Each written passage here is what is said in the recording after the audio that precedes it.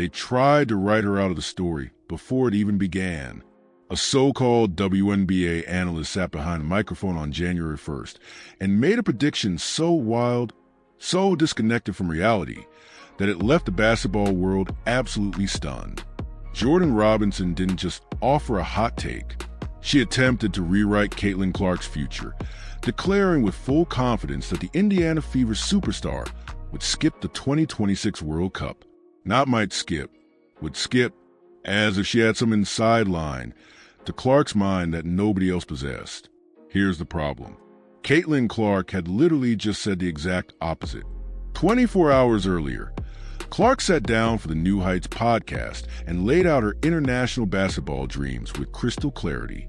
Her words weren't vague. They weren't uncertain. They were a direct, passionate declaration of exactly what she wanted: the 2026 World Cup, the 2028 Olympics. All of it. She wanted every single opportunity to wear USA across her chest. But apparently, that didn't matter. Robinson's prediction painted a scenario where Clark would make the World Cup roster, then decline the invitation to rest for the Indiana Fever's playoff run. A strategic move, she called it, a calculated decision to prioritize a WNBA championship over representing her country on the global stage. It was presented as insight, as analysis, as some kind of informed forecast about what Clark would choose when the moment arrived. Except Clark had already chosen. The audacity wasn't just in getting it wrong. It was in speaking over an athlete who had already spoken for herself. This wasn't debate about what Clark should do. She'd already told us what she would do. Yet here was a media member constructing an entirely different narrative, as if Clark's own words were somehow less reliable than an analyst's speculation. And this is where it gets deeper than just one bad prediction. This moment exposes something broken in how we cover women's basketball. How easily the voices of the athletes themselves get drowned out by people who think they know better. How a clear statement of ambition can be dismissed, reframed, or outright contradicted by someone who's never played a minute of professional basketball. Caitlin Clark spent her entire rookie season proving doubters wrong, shattering records, and redefining what's possible. Now she's fighting a different battle, the battle to control her own narrative. Because when Robinson made that prediction, she wasn't just forecasting a decision. She was attempting to impose one.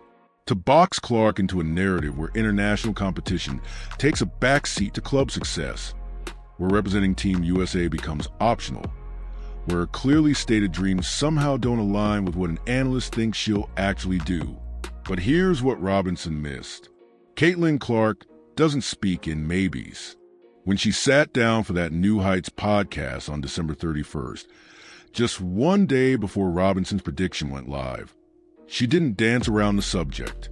She didn't leave room for interpretation.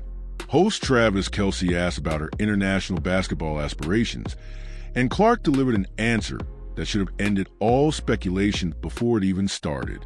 The training camp kind of kicks off the next cycle for preparing for the Olympics, Clark explained, her voice carrying the weight of someone who'd already mapped out the next 4 years of her career. She wasn't talking about the World Cup as some standalone event. She was describing it as an essential stepping stone, a critical piece of a much larger puzzle that ends in Los Angeles in 2028. This wasn't casual conversation. This was blueprint.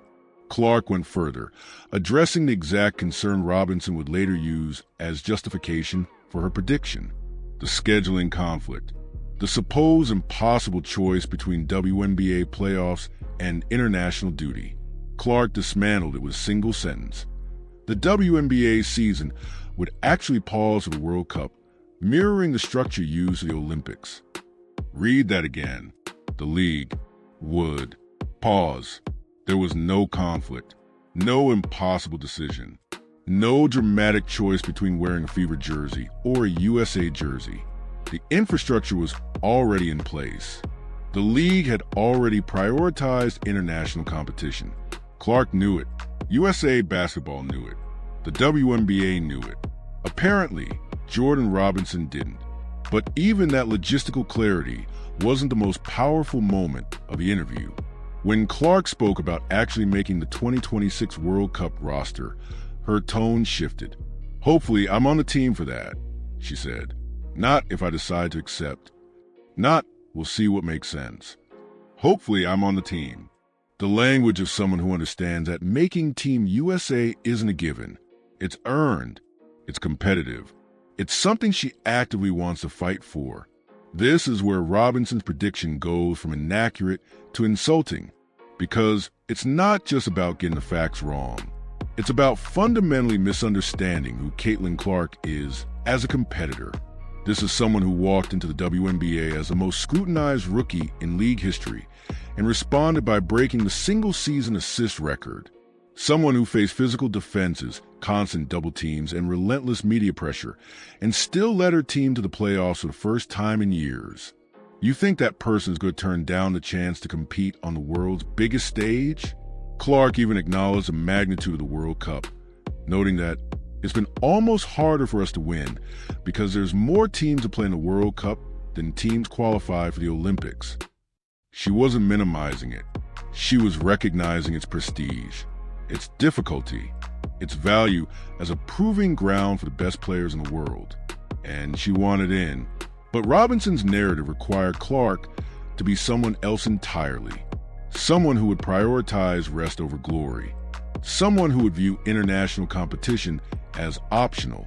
Someone who would make strategic calculations that contradicted everything she publicly stated about her goals. The prediction wasn't bold. It was fiction. And the basketball world noticed immediately. The backlash was immediate and relentless. Social media erupted with a single, unified question. Did Jordan Robinson even listen to the same podcast the rest of us heard? WNBA fans, Clark supporters, and even casual basketball observers couldn't comprehend how an analyst could make such a definitive prediction when the athlete in question had just said the complete opposite. It wasn't a difference of opinion. It was a contradiction of observable reality. But this goes beyond one analyst getting one prediction wrong. This is about a pattern, a disturbing trend in sports media where the voices that matter least speak the loudest, while the voices that should matter most get buried under layers of speculation, hot takes, and manufactured controversy. Caitlin Clark had given us her truth, clear, direct, unambiguous, and within 24 hours, someone decided that truth wasn't interesting enough. So they invented a better story.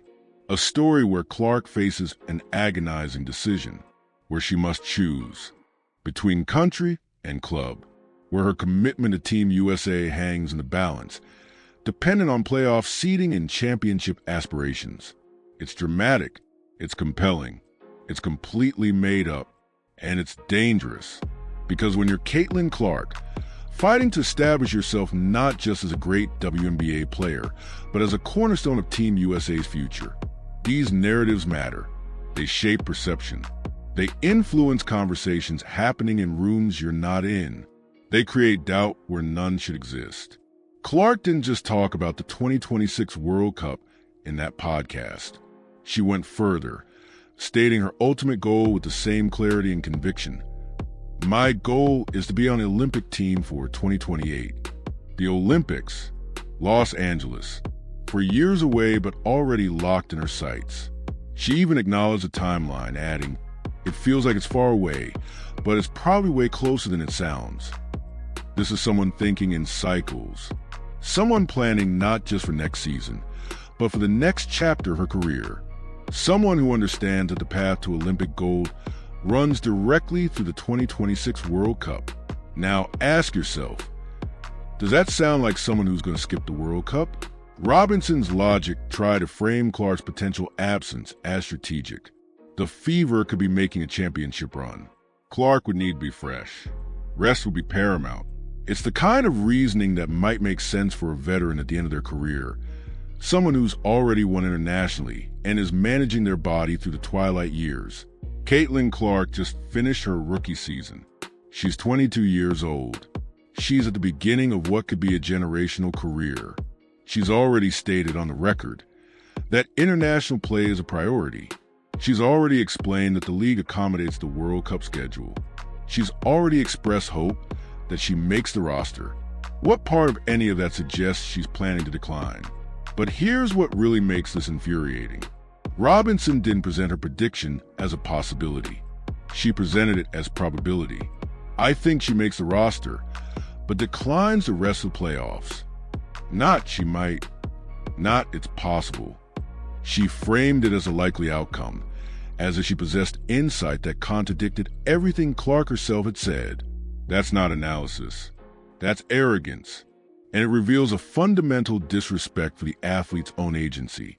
Because embedded in Robinson's prediction is an assumption that she knows what's best for Caitlin Clark better than Caitlin Clark does.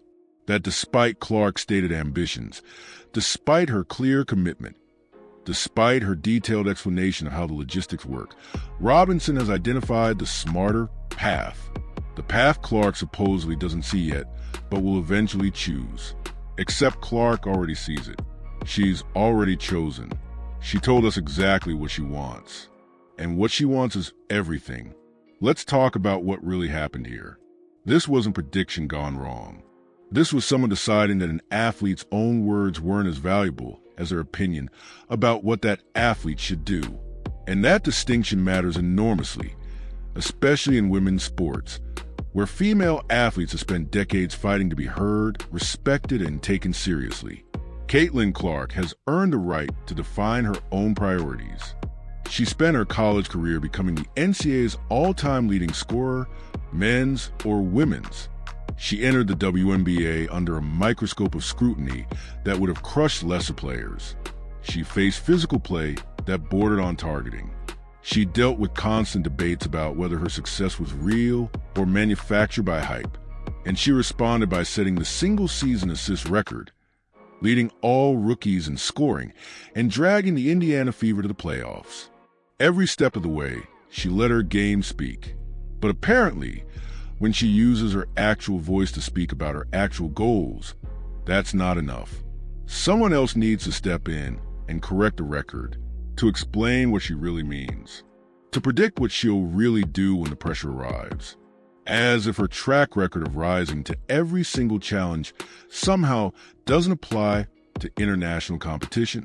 Here's what makes Robinson's prediction even more disconnected from reality. Caitlin Clark has already proven she thrives on big stages. The bigger the moment, the better she performs. March Madness? She put up performances that will be remembered for generations. WNBA playoffs in her rookie year? She averaged over 19 points and 8 assists against the Connecticut Sun, going toe-to-toe with championship-caliber competition. This is someone who seeks out pressure, not someone who runs from it. Yet we're supposed to believe she'll turn down the World Cup? The World Cup, where she'd compete against the best players on the planet, where she'd represent her country on a global stage, where she'd build chemistry with Team USA ahead of the 2028 Olympics, where she'd add another chapter to her already legendary career. We're supposed to believe she'll look at that opportunity and say, "No thanks, I need to wrestle playoffs." It's absurd on its face. But let's examine Robinson's actual reasoning for a moment. She suggested that the timing in September, right as playoffs begin, would create a conflict. But Clark already addressed this. The lead pauses. It's structured into the calendar. The WNBA, USA Basketball, and FIBA have already coordinated to make this work. So that justification falls apart immediately. Robinson then suggested the Fever might be making a championship run, implying Clark would need to be fresh. But consider what that argument actually says. That Caitlin Clark, who has never shown any indication of fatigue-related decline, who played a grueling college schedule and an intense rookie WNBA season, suddenly can't handle a World Cup and playoffs. It's insulting to her conditioning, her preparation, and her competitive drive. And it ignores what international competition actually does for players. It elevates their game. Playing alongside and against the world's best doesn't drain you. It sharpens you. It exposes you to different styles, different schemes, different challenges that make you better when you return to league play. Ask Aya Wilson. Ask Brianna Stewart. Ask any player who's competed internationally while maintaining WNBA excellence. They don't view it as a burden. They view it as an honor. But perhaps the most telling part of Robinson's prediction was what it revealed about how some people view Caitlin Clark's priorities. There's an underlying assumption that she's singularly focused on WNBA success, that a championship with the Fever is the ultimate goal, and everything else is secondary. Clark herself has shown us that's not true. Her goals are bigger. Her ambitions are broader. She wants the WNBA championship. Yes. But she also wants Olympic gold. She wants to be part of Team USA's legacy. She wants to compete on every stage basketball has to offer. Why would we expect anything less from someone who's already accomplished everything else she set out to do? The answer is we shouldn't. And the fact that Robinson did expect less reveals more about the analyst than it does about Clark. There's a bigger picture here that we need to address. Caitlin Clark isn't just fighting against one analyst's bad prediction. She's fighting against a media ecosystem that too often prioritizes controversy over accuracy, hot takes over homework, and speculation over substance. And in women's basketball, where the sport is finally getting the attention it deserves, this kind of reckless commentary can do real damage. Think about what Robinson's prediction actually accomplished. It created a story where none existed. It planted doubt about Clark's commitment to Team USA when zero doubt should exist. It forced a narrative into the conversation that Clark herself would eventually have to address, taking time and energy away from what actually matters, preparing for her second WNBA season, and earning her place on the World Cup roster. This is a tax that elite female athletes pay. They don't just have to perform at the highest level. They have to constantly correct the record. They have to respond to speculation that contradicts their own stated intentions. They have to prove over and over again that their words mean what they say. It's exhausting, and it's unfair. Consider the contrast with how male athletes are covered. When LeBron James says he wants to compete in the Olympics, nobody predicts he'll decline. When Stephen Curry expresses commitment to Team USA, it's taken at face value. Their words carry weight. Their stated intentions become the baseline for all future coverage. Nobody sits behind a microphone and says, "I think he'll make the roster, but turn it down." Yet here's Caitlin Clark, fresh off one of the most impressive rookie seasons in WNBA history, explicitly stating her international basketball goals with passion and clarity. And within 24 hours, an analyst decides she knows better. The double standard is glaring. But let's go even deeper into why Robinson's prediction was so fundamentally flawed. Beyond the logistical errors, beyond the disrespect to Clark's agency, there's a complete misread of what drives elite competitors. Caitlin Clark didn't become the NCAA's all-time leading scorer by taking an easy path. She didn't break the WNBA's single-season assist record by avoiding challenges.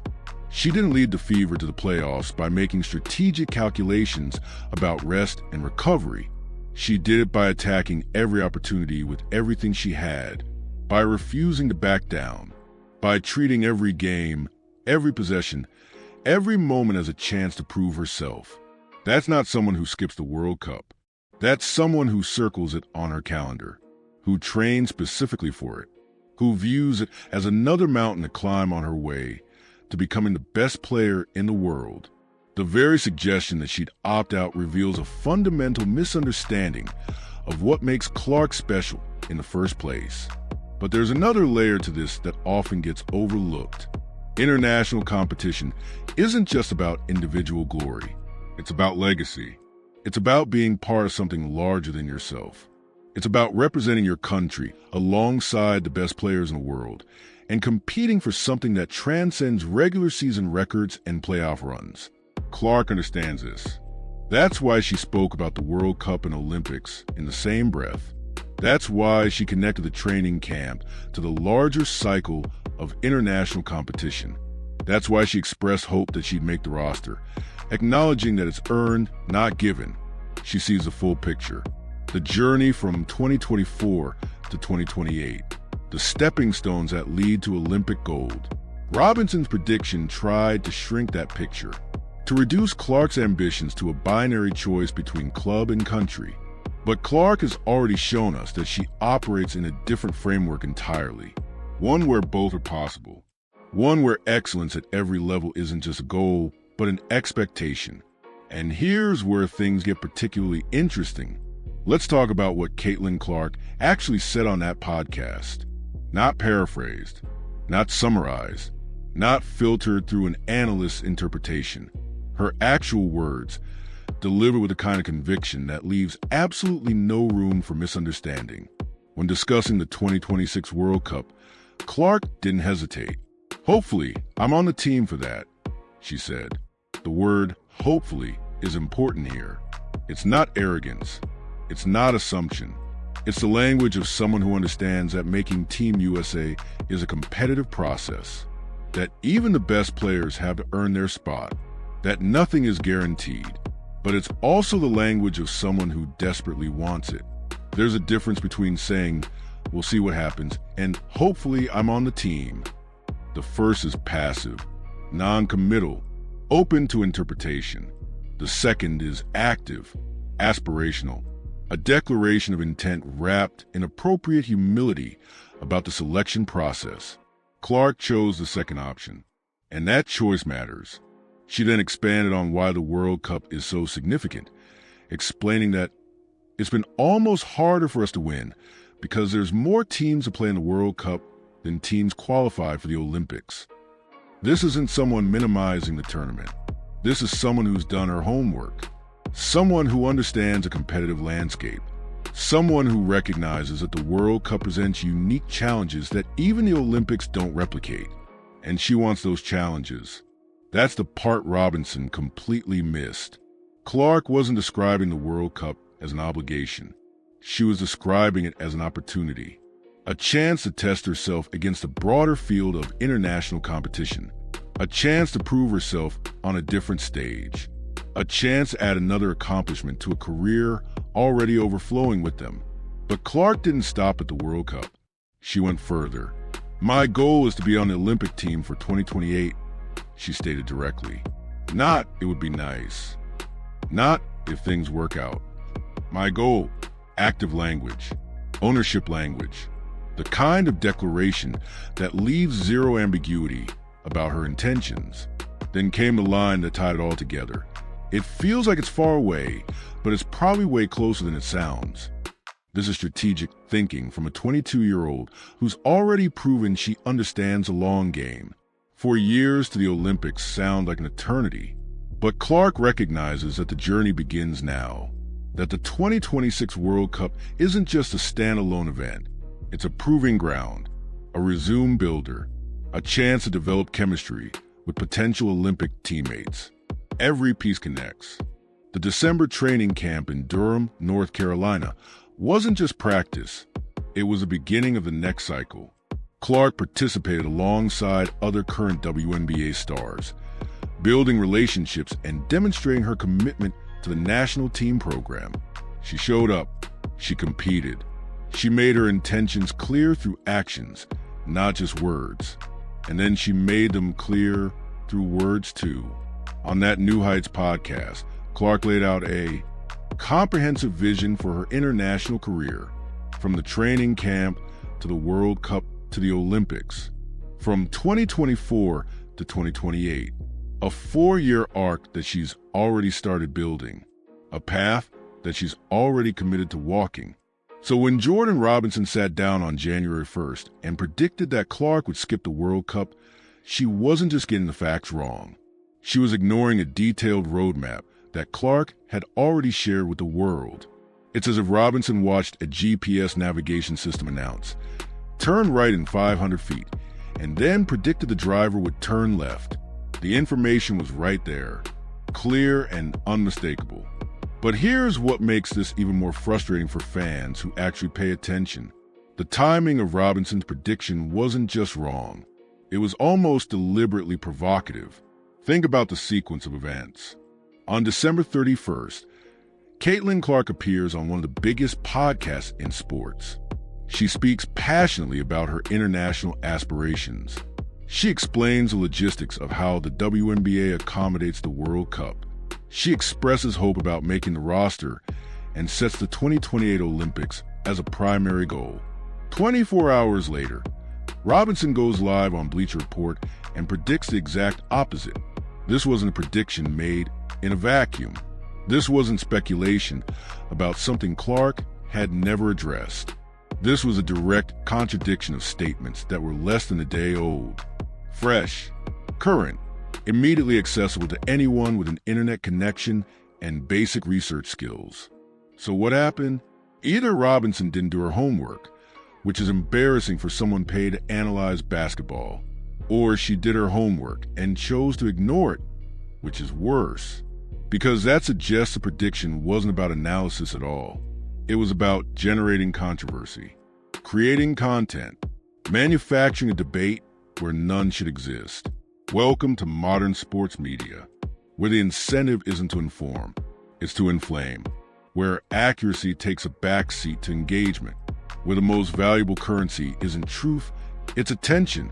And nothing generates attention quite like a hot take that contradicts what everyone just heard. But here's what this kind of coverage costs. It costs athletes their peace. It forces them to address fabricated narratives instead of focusing on their craft. It creates noise that drowns out the actual story. And in women's basketball specifically, where the sport is fighting for every inch of respect and coverage it receives, it poisons the well. Caitlin Clark didn't need this distraction. She's preparing for her second WNBA season. She's working to build on a rookie year that exceeded every expectation. She's developing her game, studying opponents, strengthening her body for the physical demands of professional basketball. That's where her focus should be. That's where the conversation should be. Instead, she has to deal with speculation that she'll skip the World Cup, based on nothing, contradicting her own words, creating a story from thin air. And the worst part? Some people will believe it.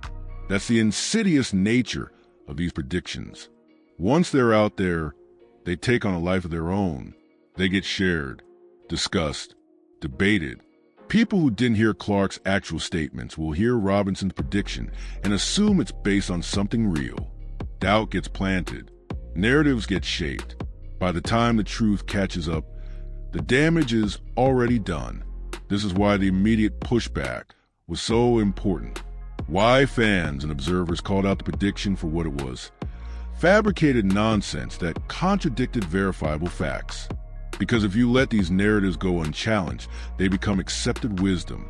They become the baseline for future coverage.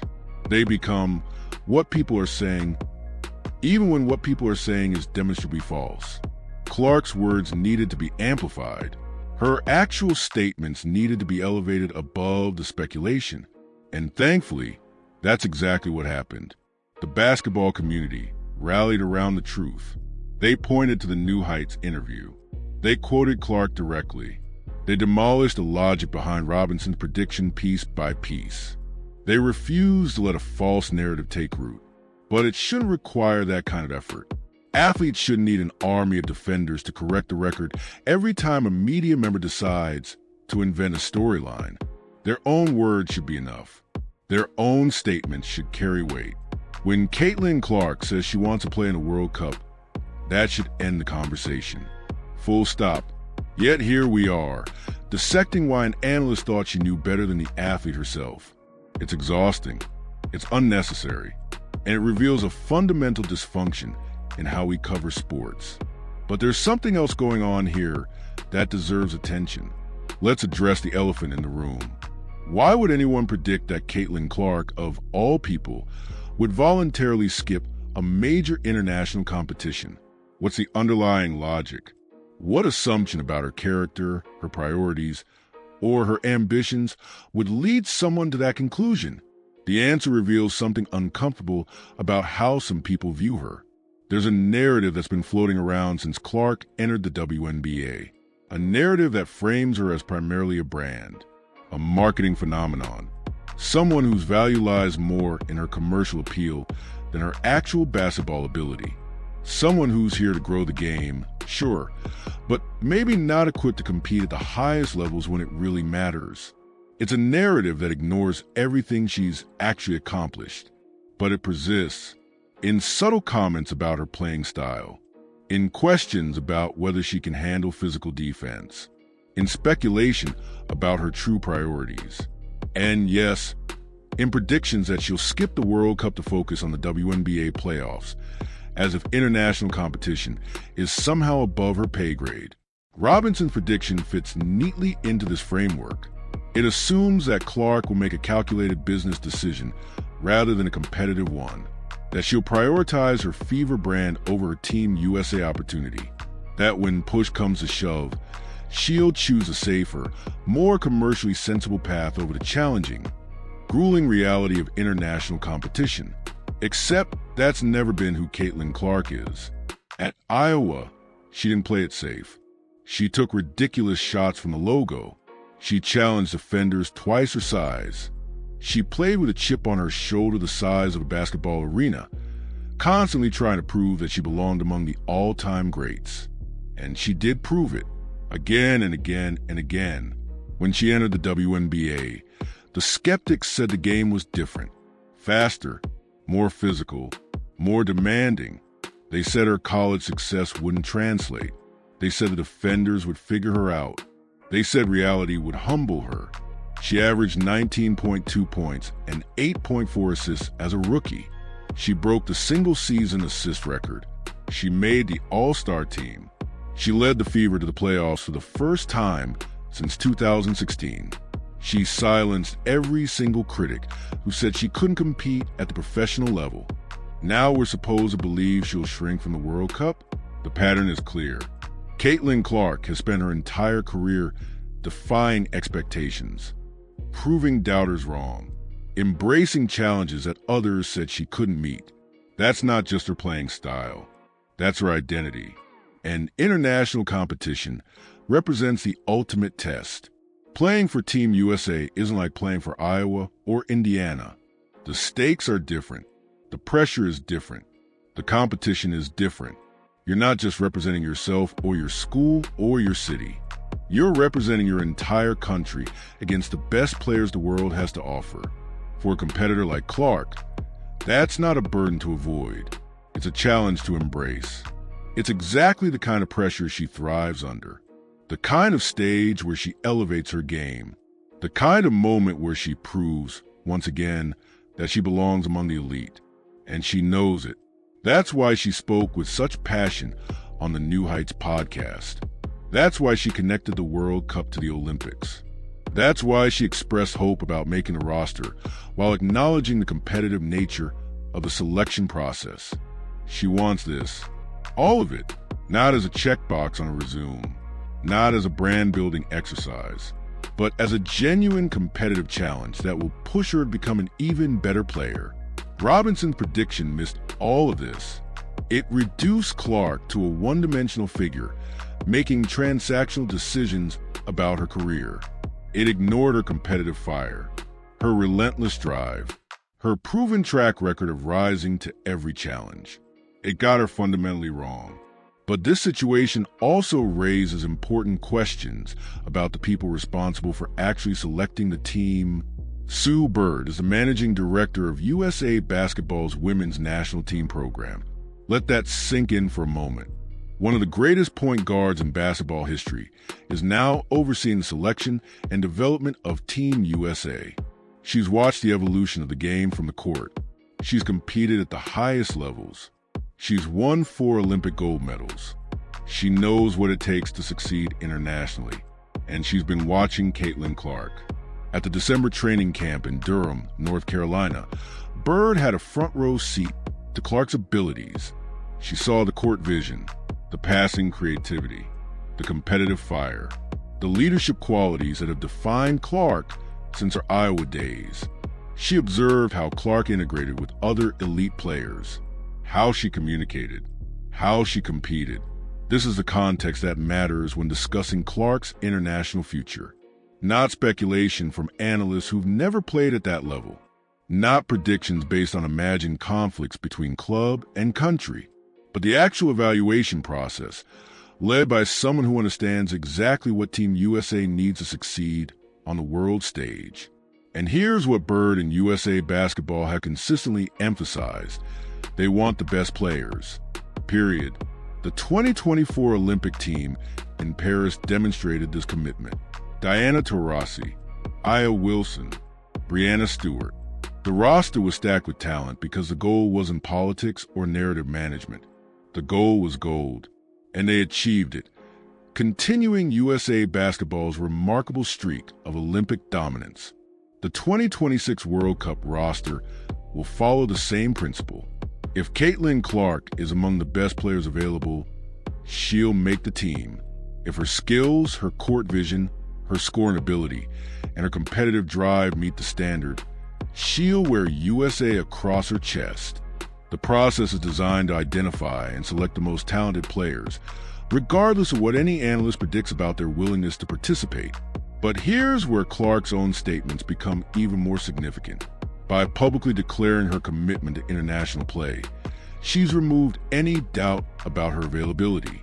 She's told USA Basketball loud and clear that she wants to be considered, that she'll show up, that she'll compete, that representing her country is a priority, not an afterthought.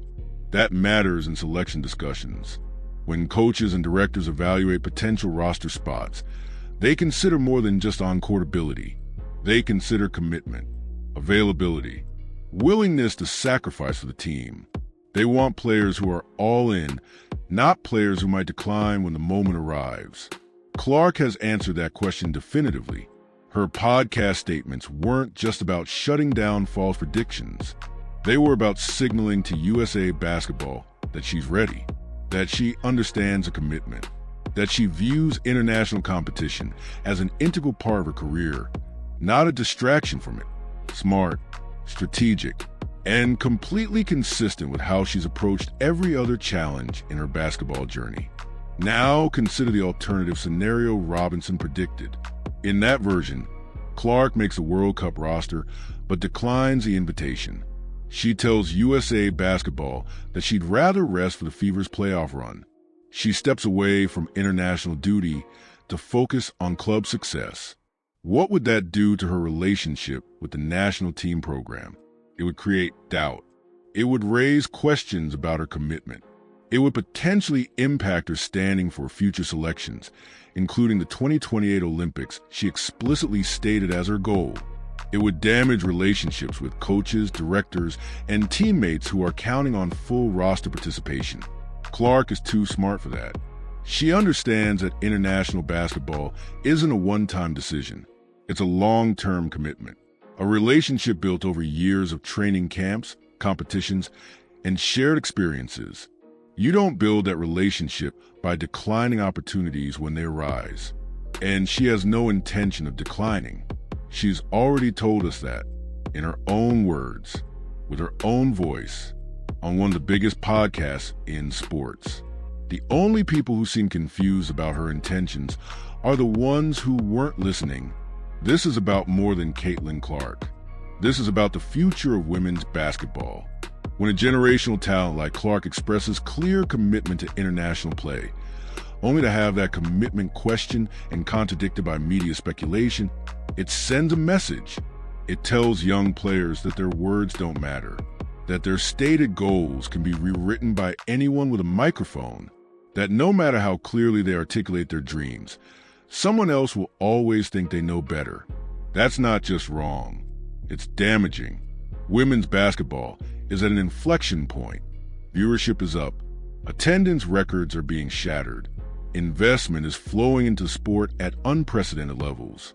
Players like Caitlin Clark are driving this momentum, bringing new fans to arenas and television screens around the world. But with that attention comes responsibility.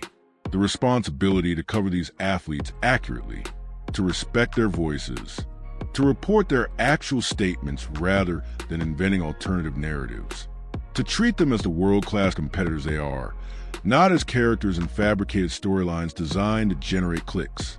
Jordan Robinson failed that responsibility by predicting that Clark would skip the World Cup.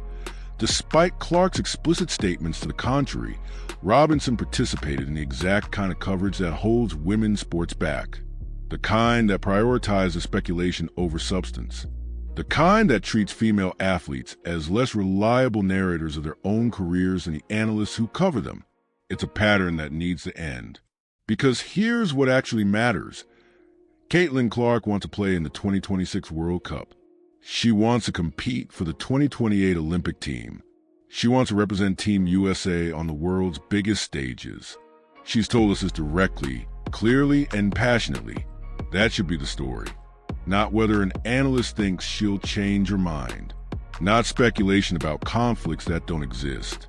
Not predictions that contradict everything she said.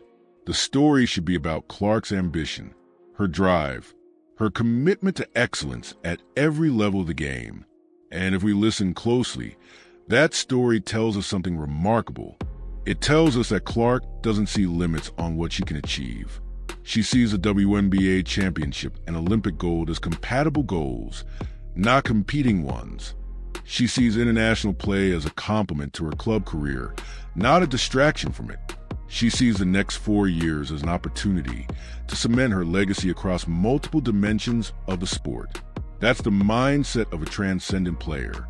Someone who doesn't just want to be great in one arena. Someone who wants to dominate every arena. Someone who views each challenge as another chance to prove that the doubters, the skeptics, and yes, the analysts who make baseless predictions have fundamentally underestimated what she's capable of achieving. The 2026 World Cup will arrive soon enough. And when it does, when rosters are announced and Team USA takes the court, we'll see Caitlin Clark exactly where she said she hopes to be, wearing the red, white, and blue, representing her country on the global stage, proving once again that her words mean exactly what they say. No analyst prediction will change that, because Caitlin Clark doesn't let other people write her story. She writes it herself, one game, one tournament, one championship at a time. And the next chapter, despite what Jordan Robinson wants you to believe, will absolutely include the World Cup. She's already told us so. The only question now is whether the media will finally start listening, or whether athletes like Clark will have to keep fighting for the basic right to have their own words respected and believed. In the end, Clark will do what she's always done. She'll show up, she'll compete, she'll excel, and she'll make everyone who doubted her commitment look as foolish as they've always looked when betting against Caitlin Clark. Because that's what champions do. They don't just prove their critics wrong. They make their critics irrelevant. And Caitlin Clark? She's just getting started.